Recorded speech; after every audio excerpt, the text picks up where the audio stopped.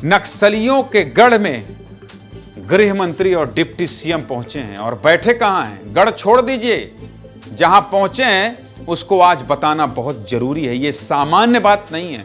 विजय शर्मा जहां बैठे हैं, ये साधारण बैठे हुए दिखाई दे रहे हैं। इसके लिए हिम्मत चाहिए, इसके लिए काम करने का जुनून चाहिए, इसके लिए नक्सलवाद को खत्म करने की जिद चाहिए।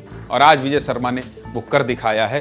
क्या किया है, पूरी खबर आपको बता देता हूं। चलो, बस्तर बदलाव की नई कहानी लिख रहा है। जिस बस्तर में नक्सलियों का बोलबाला था, वहां से अब सुकून देने वाली तस्वीर आ रही है। बस्तर में बहुत कुछ पहली बार हो रहा है और इसीलिए आप तक ये खबर पहुंचाना बहुत जरूरी है। पहली बार नक्सलियों की राजधानी तक कोई गृह मंत्री पहुंचा है। आज डिप्टी सीएम विजय शर्मा पुवर्ती गांव पहुंचे।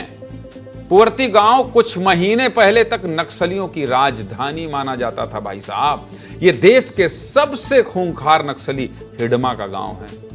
हिडमा का गांव है। कुछ महीने पहले अभी हिडमा के गांव में फोर्स पहुंचकर उसके ठिकाने को ध्वस्त किया, कुछ महीने पहले। और आज गृह मंत्री पहुंचे। हिडमा देवा सहित इस एक गांव से ही 100 से ज्यादा हार्डकोर नक्सली निकले। लेकिन आज उसी पुवर्ती गांव में गृह मंत्री विजय शर्मा पहुंचे। ये बहुत बड़ी खबर है। पिछले 15 सालों से मैं छत्तीसगढ़ के नक्सलवाद को कवर कर रहा हूं। ये बहुत बड़ी खबर। तस्वीरें देखिए। विजय शर्मा ग्रामीणों के साथ जमीन पर बैठे हुए हैं, आम आदमी की तरह, गांव वालों की तरह। उनके बगल में बस्तर आईजी सुंदरराज पी, सुकमा जिले का पूरा प्रशासनिक अमला है। कलेक्टर, एसपी, सीओ, सभी अधिकारी मंत्री जी के बगल में ही जमीन पर बैठे हैं। जमीन पर ये बदलाव की तस्वीर है, बहुत बड़े बदलाव की तस्वीर है। ये लाल आतंक के गढ़ में बदलाव की तस्वीर है। ये एक सरकार के जिद की तस्वीर है। इस मौके पर डिप्टी सीएम क्या कह रहे हैं वो भी सुनाना जरूरी है। सुनाइए विजय शर्मा क्या कह रहे हैं। जनता के मन में अब निर्णायक मोड है।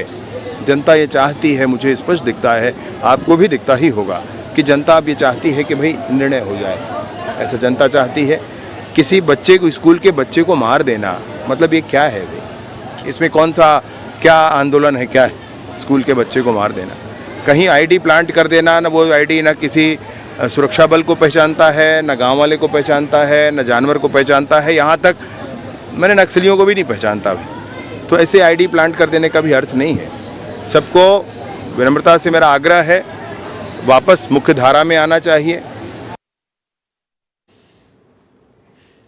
अच्छा प्रयास कर रहे हैं आप गृह मंत्री जी, अच्छा प्रयास कर रहे हैं। छत्तीसगढ़ की सरकार विष्णुदेव साय के नेतृत्व में ये जो प्रयास हो रहा है, ये इतिहास रच रहा है। क्योंकि नई सरकार के गठन के बाद जिस तरह से 130 से ज्यादा नक्सलियों को मारा गया है, आत्मसमर्पण कर रहे हैं नक्सली, ये आपका सफल प्रयास है। और मैं हर बार कहता हूं कि अगर आप ऐसे प्रयास करेंगे तो मैं उसे उतने ही विस्तार से दिखाऊंगा।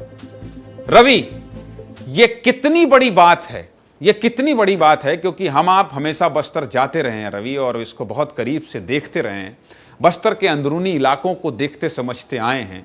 गांव में किस तरह से लोग आज भी आज़ादी के दिन तस्वीर दिखा रहे थे, आज भी आज़ादी का मतलब नहीं समझते। लेकिन हिडमा के गांव में जाकर गृह मंत्री का बैठना, पूरे प्रशासनिक अमला का बैठना और उनको ये भरोसा देना कि पूरी सरकार हिडमा के गांव पहुंची, इसके मायने क्या है रवि?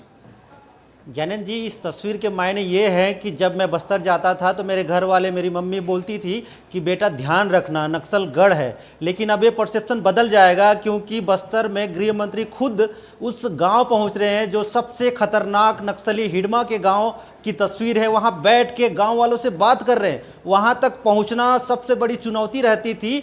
आज से 4 महीने पहले, फरवरी की ही बात कर ले, फरवरी में पहली बार वहां कैंप लगा है। कैंप लगने के बाद वहां स्वास्थ्य सुविधाएं बढ़ी है। वहां पर पहली बार वहां के एसपी गए, किरण चौहान गए। इसके अलावा वहां पर जो हिडमा की मम्मी थी, उनसे भी मुलाकात किया गया। तो ये बहुत जरूरी तस्वीर है। और आज डिप्टी सीएम वहां गए हैं तो एक परसेप्शन अब नया तैयार होगा कि बस्तर अब खतरनाक नहीं है, बस्तर बदल रहा है, बस्तर में मैं भी जा सकता हूं, इससे कोई खतरा नहीं है, ये महसूस होने लगा है। ज्ञानंद जी, बहुत बड़ी बात आप बता रहे हैं रवि, और बहुत धन्यवाद आपका। ये बहुत जरूरी है समझाना, दिखाना और लोगों तक ये पहुंचाना। लोग तो ये भी कहते थे, आपकी मम्मी कहती थी कि नक्सलगढ़ में मत जाना, और जब मैं दिल्ली से यहां लौटता था तो मुझे लोग ये कहते थे कि भाई एयरपोर्ट में उतरने पर कहीं गोली तो नहीं मार देंगे।